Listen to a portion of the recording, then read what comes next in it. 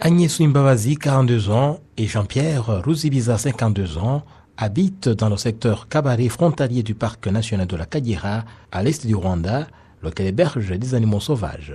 Face à la cruauté des génocidaires en 1994, faute de mieux, ils ont décidé de trouver refuge au parc avec leurs collègues. Certains d'entre eux ont eu la chance de pouvoir traverser et avoir la vie sauve en Tanzanie voisine.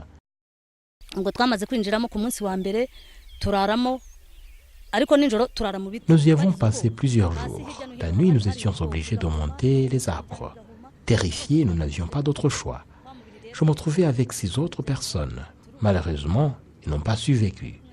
Les génocidaires craignaient le parc et ne nous suivaient pas. Nous avions tranché. Au lieu de mourir, dépiécés à l'armée blanche, autant mieux être dévorés par les animaux sauvages.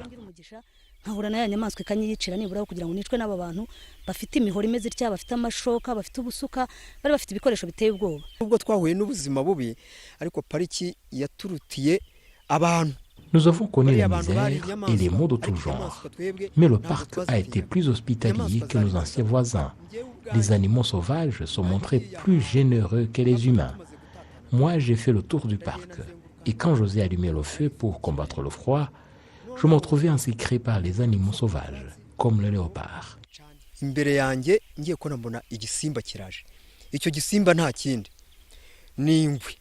Après plusieurs jours en train d'errer au milieu du parc, ces rescapés du génocide ont eu la chance de rencontrer les forces du FPR Inkotanyi qui venaient de s'emparer de la région, chassant les forces génocidaires et mettant ainsi fin à leur cauchemar.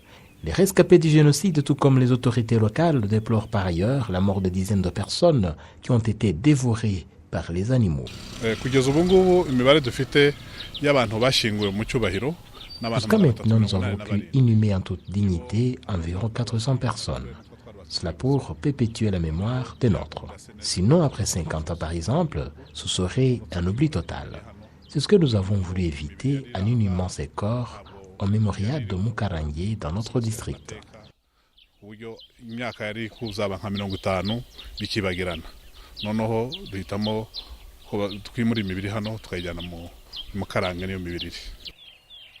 Le parc national de la Kagera à l'est du Rwanda est de 1122 km².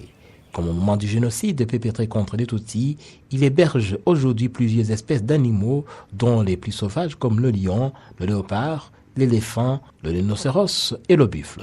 Le district de Kayonza, où se situe cette réserve naturelle, a déjà inhumé en toute dignité plus de 25 000 victimes du génocide perpétré contre les Tutsis au Rwanda.